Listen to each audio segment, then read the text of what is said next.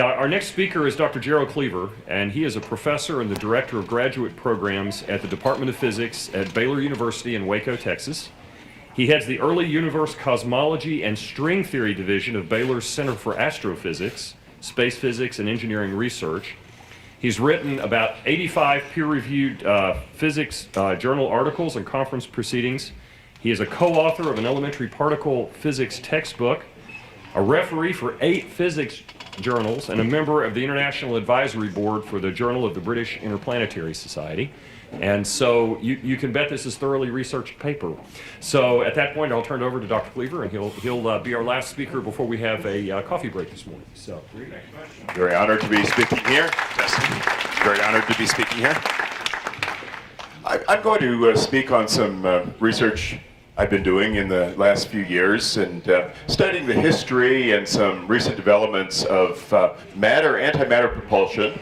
And the second part of the title comes from the physics that I've been investigating on how to create the matter-antimatter propulsion using enhanced quantum field theory methods from parallel electric and magnetic fields. And the difference here is, again, in standard electromagnetic fields, we have E and B perpendicular to each other. There's actually an enhancement if one has, there's an enhancement in the matter-antimatter production rate when there is an additional parallel magnetic field parallel to the E field.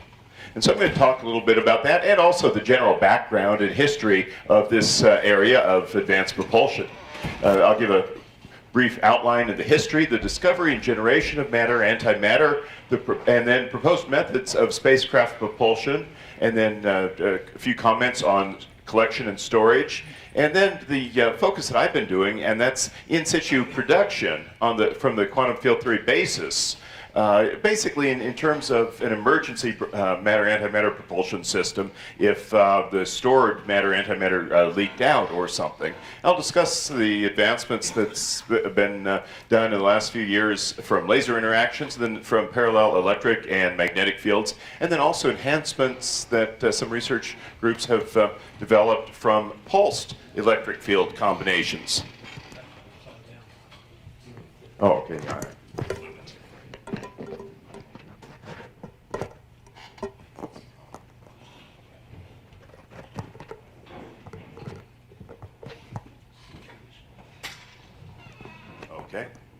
Okay, there we go, thank you.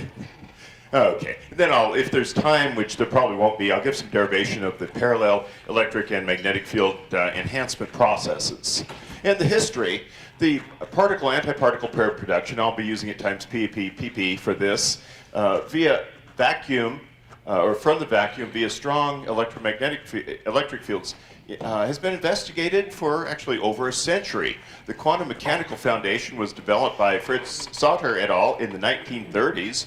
It was placed on sound QED basis by Julian Schwinger in the 1950s. The pair production occurs when the electric field strength, E naught, is above a critical value, referred to as the Schwinger limit, I'll denote as SL, at which the electric and electromagnetic field becomes nonlinear with self-interactions. At this point, the photons can actually self-interact with each other and produce particle-antiparticle pairs. And we'll discuss the limits of that. The lowest mass particle that is effectively produced is going to be electrons and positrons from the E field directly, which is interesting. And it comes about when we have this nonlinear interaction. The Schwinger limit occurs when the energy when there's enough energy within a single Compton wavelength to equal the rest mass of an electron, actually an electron pair, and this corresponds to the Schwinger limit of about a little over 10 to the 16 volts per centimeter. This corresponds to an intensity required of 10 to the 29 watts per centimeter cubed. Squared. And these limits are just being reached right now. So various research centers are, again, within these limits of producing particle-antiparticle pairs. I'm pulling down. There we go, thanks.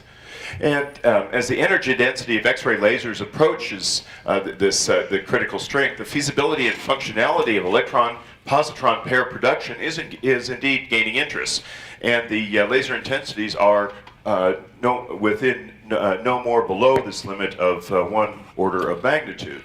The physical processes for lowering critical energy densities below the Schwinger limit is also been investigated. That means by the addition of an external magnetic field parallel to the E field, that the Schwinger limit, the effective Schwinger limit, can be lowered even within viable ranges, obtainable ranges now.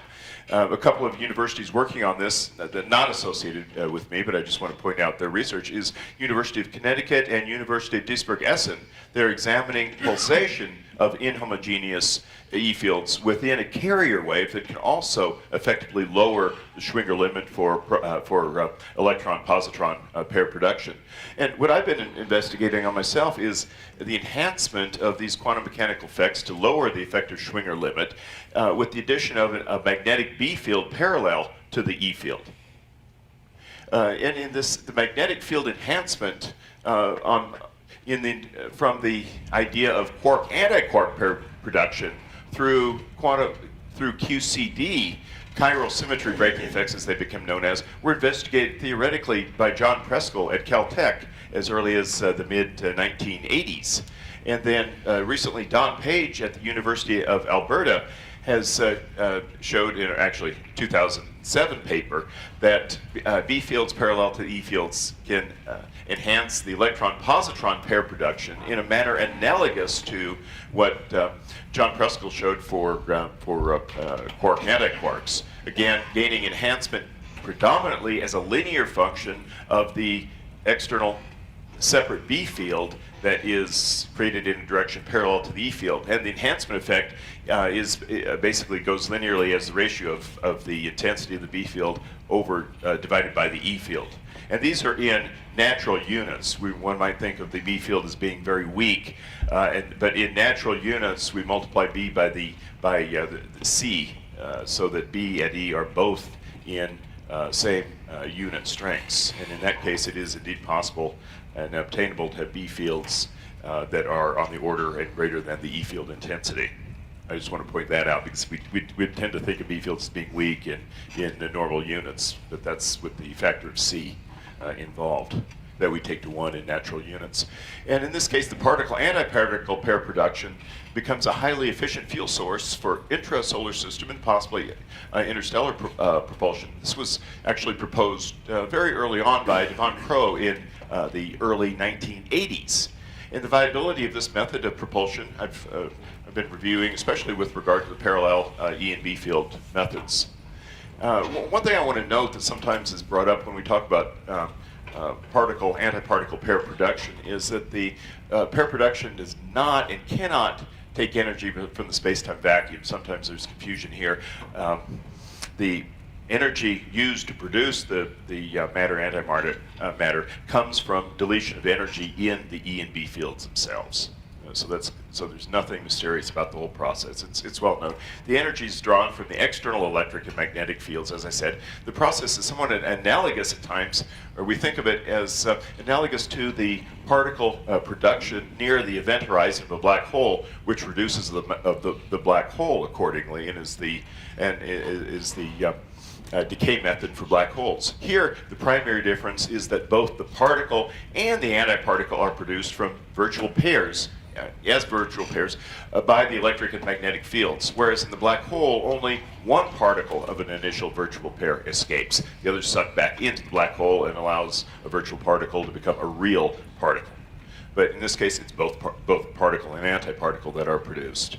And again, I want to point out, John Preskill discussed this process for quark-antiquark, whereas we know it's going to be occurring at the lower Schwinger limit for electron-positron.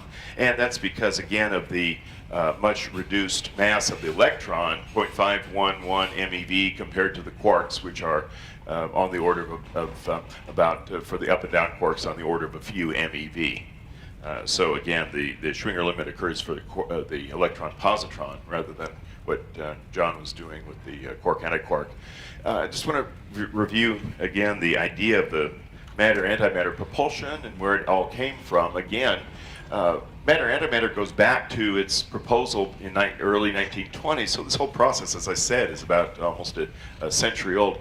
British physicist P.A.M. Dirac showed that Einstein's relativity implied every particle has a corresponding antiparticle, same mass, but opposite electric charges. Around 1932, Carl Anderson and Caltech recorded positively charged electron, or that is the positron, passing through a lead plate in cloud chamber, for which he received the Nobel Prize.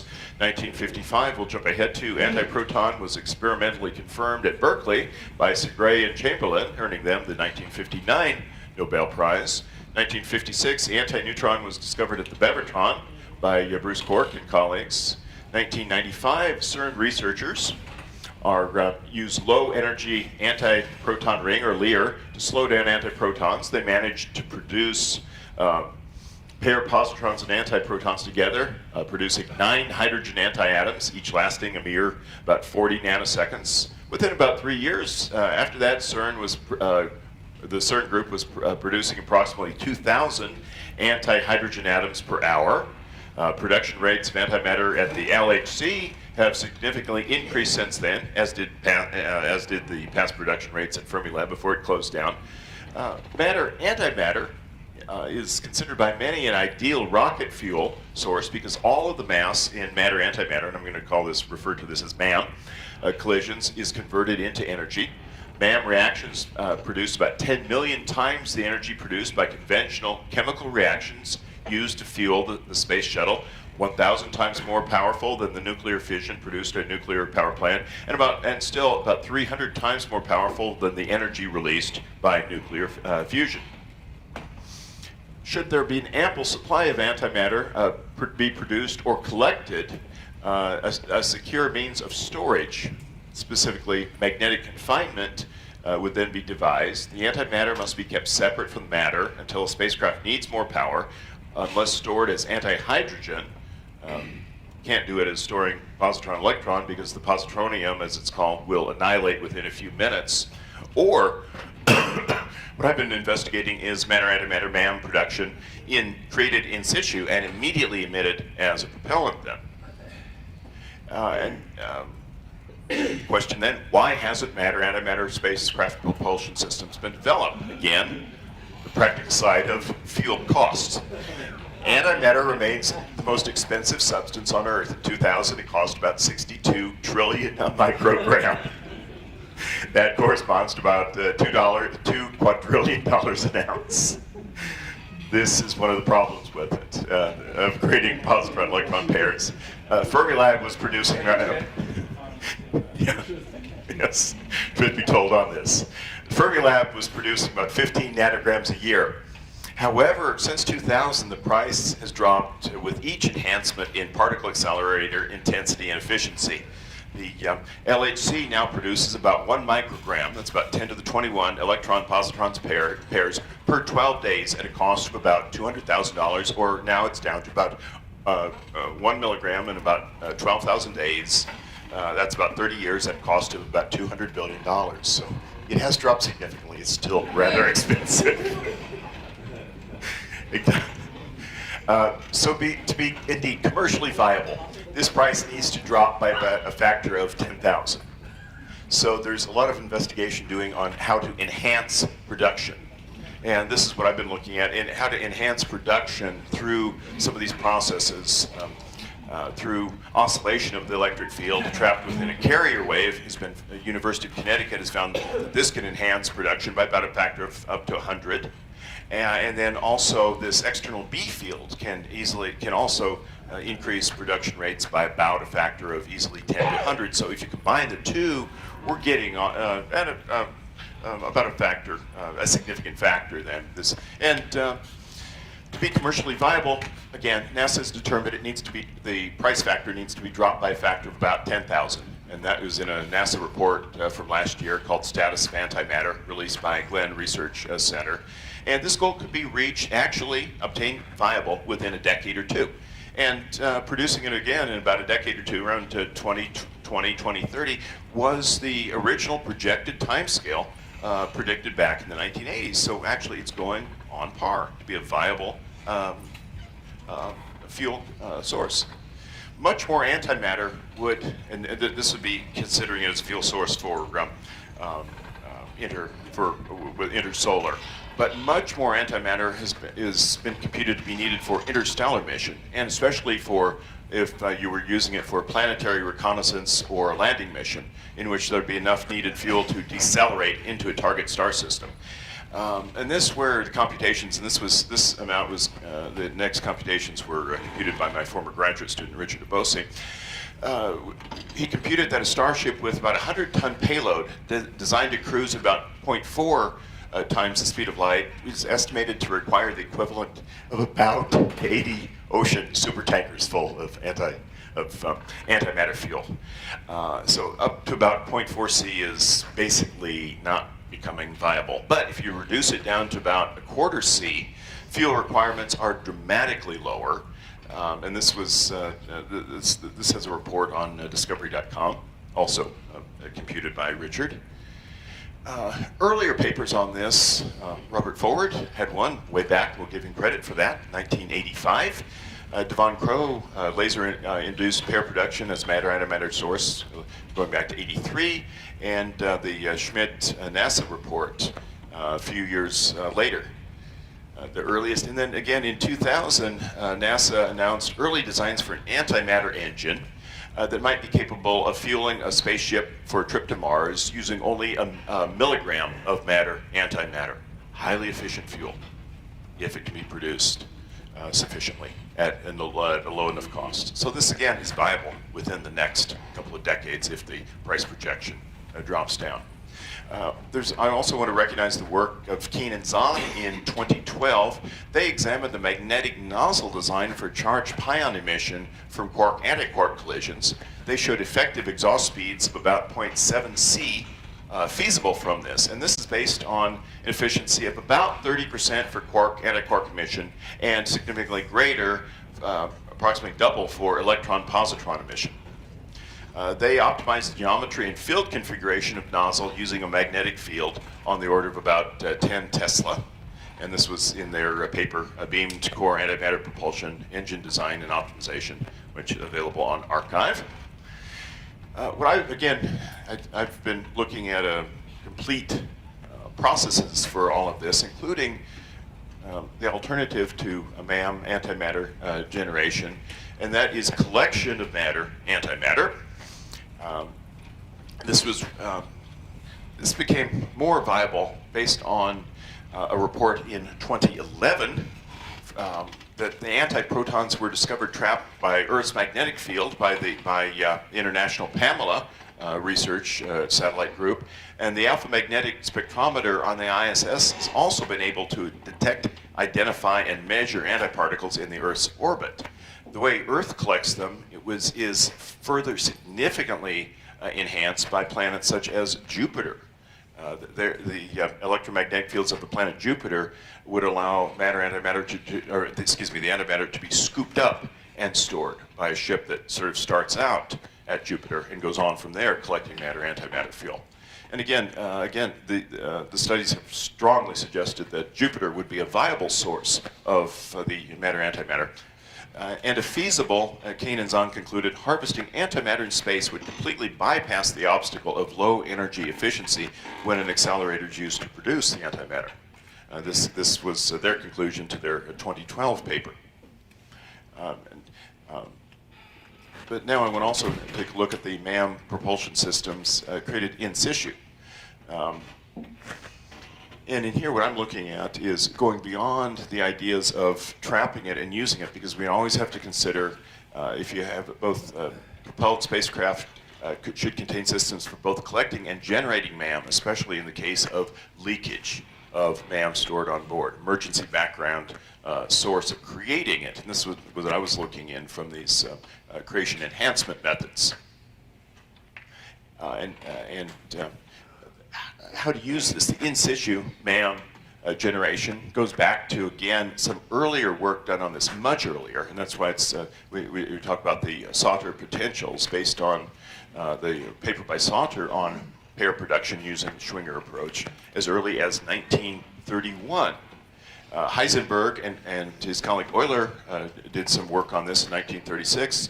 Weisskopf et al. In 1936, and then Julian Schwinger, and we refer to it as Schwinger pair production because it really was Schwinger that put pair production on a sound QED basis back in 1950s. So again, none of this is really unknown. The fundamental QED, QCD processes are well understood. It's really now the engineering effects and methods for making it viable and viable production rates at low cost that are coming into play and are the relevant issues now.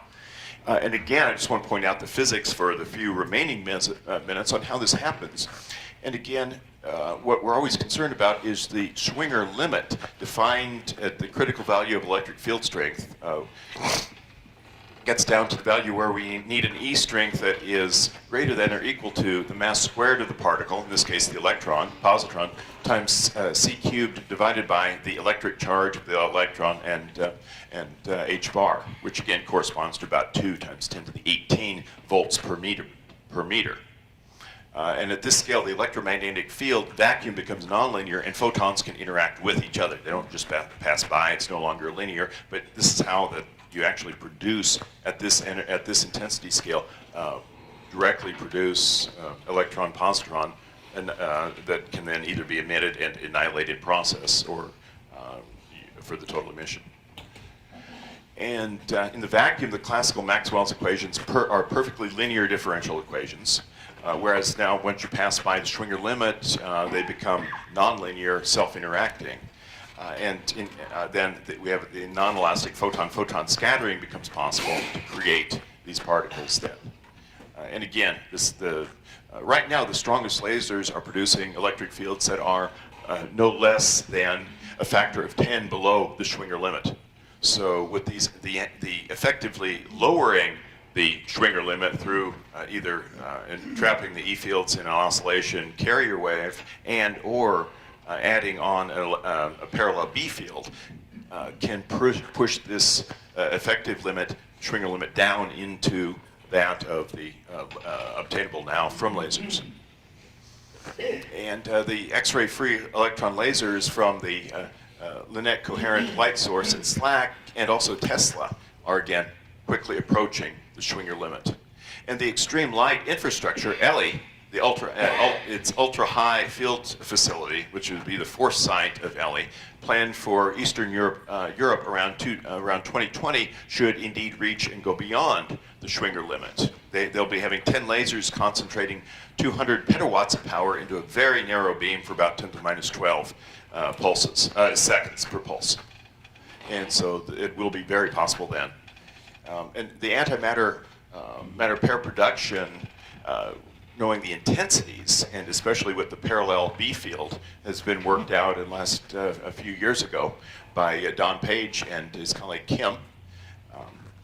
Talked to Don about that, and what they did was they considered a static plane symmetric dependent electric field varying in one direction, called that the Z direction, with maximum intensity E naught, and they've shown how the limit of it all gets down to the value then of this average E naught over the oscillation area. They've shown the limit for that, and they've worked out showing the lower limit allowing pair production when we have epsilon of mass over electric charge, the average intensity, and then the length of the variation of the effective length L at which the E field varies, how they can work out the enhancement and electron-positron production rates on that. And then they also showed that equivalent works not just spatial, but on general relativity if you have a time-varying electric field also.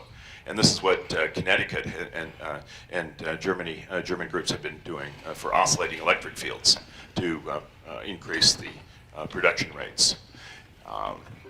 And then also they worked out, Don Page worked out the production value N, which gives us the number of electron-positron pairs produced per second. Complicated equation, but the main thing is we just see N as a function of E naught here. If there's no electric field, if there's no parallel B field, then they also worked out the effective production rate enhancement if we add on a parallel B field to it. What they showed is that basically, again, we have this new factor of B over E naught. So you have this you have a linear production when you add a B field in and an enhancement. Also hyperbolic cotangent, but the main thing is linear in B over E naught. And then this produces a much higher production rate with the B field than without, and allows significantly weaker E naught effective Schwinger limit fields. And again, this idea was first presented in 1987 in terms of not electron-positron, but quark-antiquark. The physics worked out by my former professor, John Preskill. And again, we have some of the details of enhancement when the E field is contained in oscillating spatial or temporal by Schutzhold et al. In a recent paper papers they've had in 2008 and 2010. And I'm going to skip to the end of that. I won't go through the physics of it all.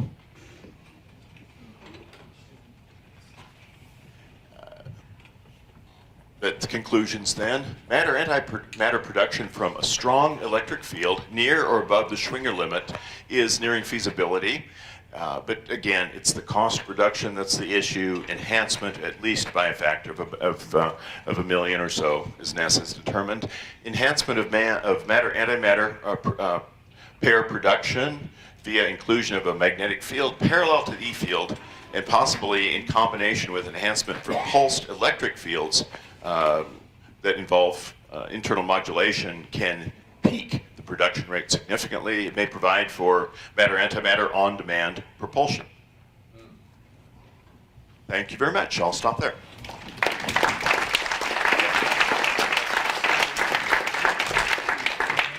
Yes? We have time for a couple of questions.